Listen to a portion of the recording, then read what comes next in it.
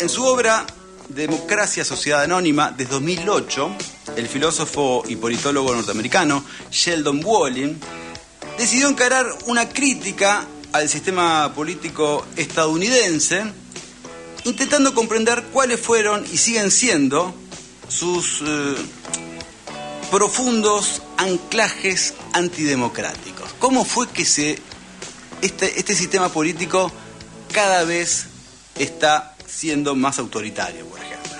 Y en ese sentido, la tesis central de su libro se basa en que la democracia se está transformando imperceptiblemente, ¿sí?, en una nueva forma de totalitarismo. Y digo imperceptiblemente porque esto lo escribió en 2008, ya no es tan imperceptible que digamos, con lo cual ya mucha gente se está dando cuenta que de democracia cada vez tiene menos, justamente el sistema político que se está dando en Estados Unidos y en distintas partes del mundo.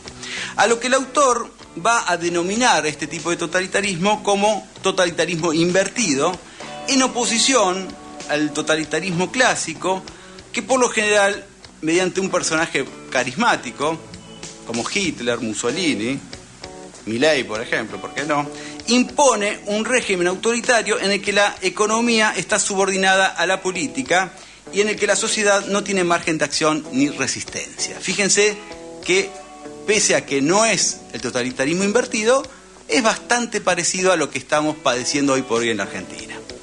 En cambio, dice Wolin, el totalitarismo invertido prospera, escuchen bien esto porque esto es clave, entre ciudadanos pasivos, entre ciudadanos políticamente desmovilizados y apáticos que rara vez van más allá del papel asignado como espectadores e incluso como consumidores, ¿sí?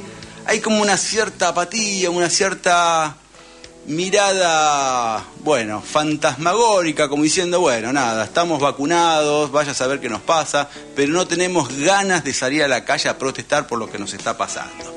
El sistema económico de esta forma de democracia es el capitalismo habitual, pero en este caso obviamente neoliberalismo, o peor aún, que es el anarcocapitalismo de Milei, o le podríamos cortar el tema de la A y decir narcocapitalismo de Milei, porque es también lo que está sucediendo. Que ejerce el control sobre el Estado, es decir, que la economía domina por completo, ¿sí?, a la política. Eso es un poco lo que está pasando hoy. En realidad lo que está pasando hoy es una mezcla entre el totalitarismo clásico y el totalitarismo invertido que está planteando Wolin. El invertido es semejante al del anonimato sin rostro del Estado corporativo empresarial, profundamente indiferente al bienestar de los pobres y de los trabajadores. Y acá viene una de las grandes diferencias, porque el totalitarismo invertido, a diferencia del totalitarismo clásico, que también le hizo la vida imposible a los multimillonarios, a los ricos, a los que tenían un nivel adquisitivo más alto, bueno, ahora, increíblemente, este sistema explota a las clases necesitadas, ¿sí?, reduciendo o debilitando los programas de salud, por ejemplo, algo que ya estamos viendo, y los servicios sociales, así como reglamentando la educación de masas para lograr una fuerza laboral insegura, precarizada, sin derechos y amenazada por despidos inminentes. Así que imagínense, antes el totalitarismo clásico se las agarraba con todos en particular. Le pegaba a la clase baja, le pegaba a la clase media y le pegaba a la clase alta. Ahora no. Este totalitarismo invertido solamente le pega a la clase baja y a la clase media. A la clase alta la cuida, la defiende, la protege. Algo que también está para pensarlo. Para él, entonces, este totalitarismo aleja a la sociedad del imperio de la ley y del debate público para llevarla por un camino que conduce a una democracia dirigida por un gobierno que responde de forma exclusiva a los intereses de la élite y del gran capital.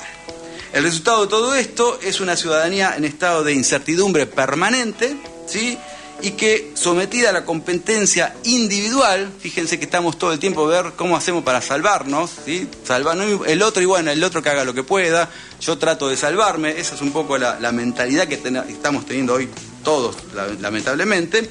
Anhela la estabilidad política del ciudadano por lo general, en lugar de compromiso cívico. No hay mucha gente que se involucre en política. la protección en vez de la participación, y le cuesta mucho reaccionar lo que veníamos diciendo. Se le permite votar en este sistema, pero una vez finalizado el periodo electoral, las corporaciones y sus grupos de presión vuelven a la tarea de gobernar, obviamente olvidándose de la gran mayoría de la ciudadanía. Cualquier similitud con lo que está padeciendo hoy por hoy el pueblo argentino, con este desgobierno de la libertad de estafa, lamentablemente no es mera coincidencia. Aquí también se buscó y se consiguió que la ciudadanía no piense demasiado y que en todo caso termine asimilando como propios los intereses de la clase dominante. Algo que increíblemente continúa sucediendo pese a la mega estafa mundial que se mandó el loco psicótico que tenemos como presidente hace 15 días con esta criptomoneda Libra. A tal punto es así que pese a este papelón internacional en el cual la mayoría lo llama como que es un delincuente, lisa y llanamente, pese a todo, el tipo tiene una imagen positiva del 54%. ¿Usted me la explica? ¿Vos me la podés explicar? No. Bueno, pero por ahora lo sigue sosteniendo. Obviamente que cada vez esto se cae de maduro, cada vez esto va a ir aflojándose, pero bueno, por ahora lo siguen apoyando. Este es el motivo por el cual esta semana volvió a demostrar que su desprecio por la legalidad no tiene absolutamente ningún tipo de límites. Como todo el mundo sabe, firmó 2 decretos para designar en comisión a Ariel Lijo y a Manuel García Mansilla en la Corte Suprema. A ver si nos entendemos con este tema. A ver, lo que hizo el presidente de la Nación está prohibido por la Constitución Nacional. A ver si nos entendemos. Está prohibido por la Constitución Nacional y no le importó tres nada. O sea, no quiero decir una barbaridad, pero no le importó nada. Un carajo, como dice él, no le importó un carajo. Es la verdad lo que está sucediendo. Para hacer esta movida, esto exige que los candidatos propuestos por el Ejecutivo cuenten con un acuerdo del Senado e incluso impone una mayoría especial de 2/3 de sus integrantes, porque obviamente se tratan de personajes que van a ocupar cargos muy importantes. Imagínense que es la última instancia de resolución en relación a lo que tenga que ver con la Constitución. Decide la Corte Suprema en última instancia. Bueno, nada, estos tipos hoy por hoy están puestos por el presidente por decreto. Obviamente esperemos que esto no, se revierta, pero por ahora es así. Lo que evidentemente está haciendo este psicótico es tratar de distraer a la sociedad. Esto es un poco lo que estamos viendo muchos, ¿no? Para que se olvide de sus múltiples estafas. ¿Nos referimos a qué?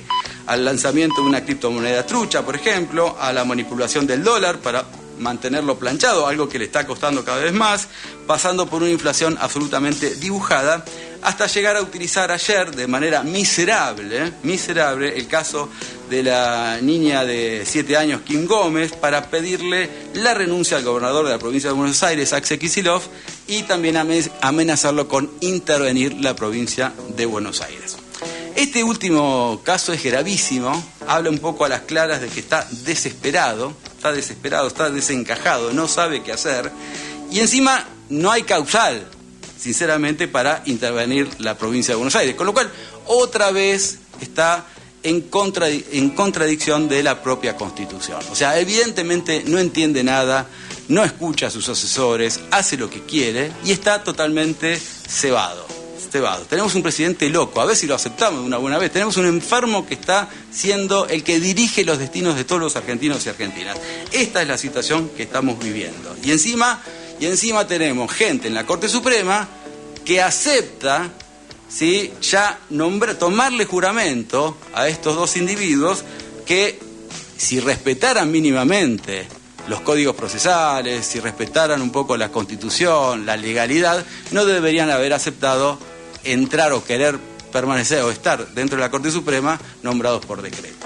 Lo más curioso de toda esta historia es que los propios miembros actuales de lo que es el máximo tribunal le tomaron juramento sin ningún tipo de problemas, acatando la orden de lo que ellos evidentemente están considerando como un rey, que lo que él quiere hay que hacerlo. Esto es una vergüenza institucional, pero está sucediendo en nuestro país. Todo es una vergüenza, todo es un despropósito, todo es una locura, Por este mismo hecho, por ejemplo, en diciembre de 2015 el juez federal Alejo Ramos Padilla, el mismo que esta semana evitó convertir al Banco Nación en una sociedad anónima, bueno, falló en contra del decreto de Mauricio Macri, que había nombrado en comisión a Horacio Rosati y a Carlos Rosenkrantz, y bueno, hizo lugar a una medida cautelar interina, se le dice, que frenó los nombramientos e instó a la Corte Suprema a no tomarle juramento. Algo que no está sucediendo y que si esto llegara a prosperar, evidentemente estamos hablando de que la Argentina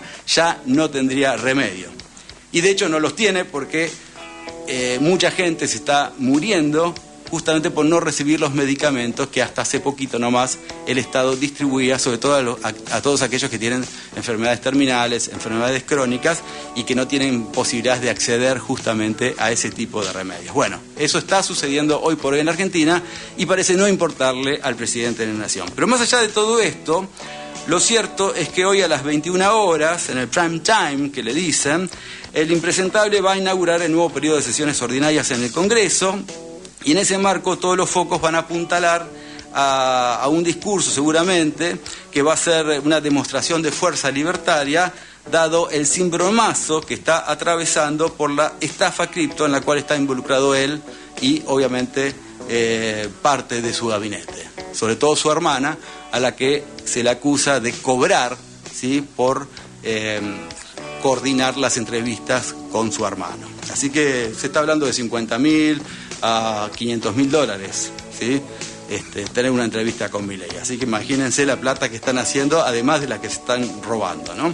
Según se pudo saber, a diferencia del año pasado, esta vez el texto que va a leer mal el presidente, porque no sabe leer, no va a tener como eje la herencia recibida, sino que va a hacer hincapié en una suerte de balance del primer año de gestión, a tiempo que le va a servir para anunciar unos 30 proyectos que el Ejecutivo va a mandar al Parlamento este año.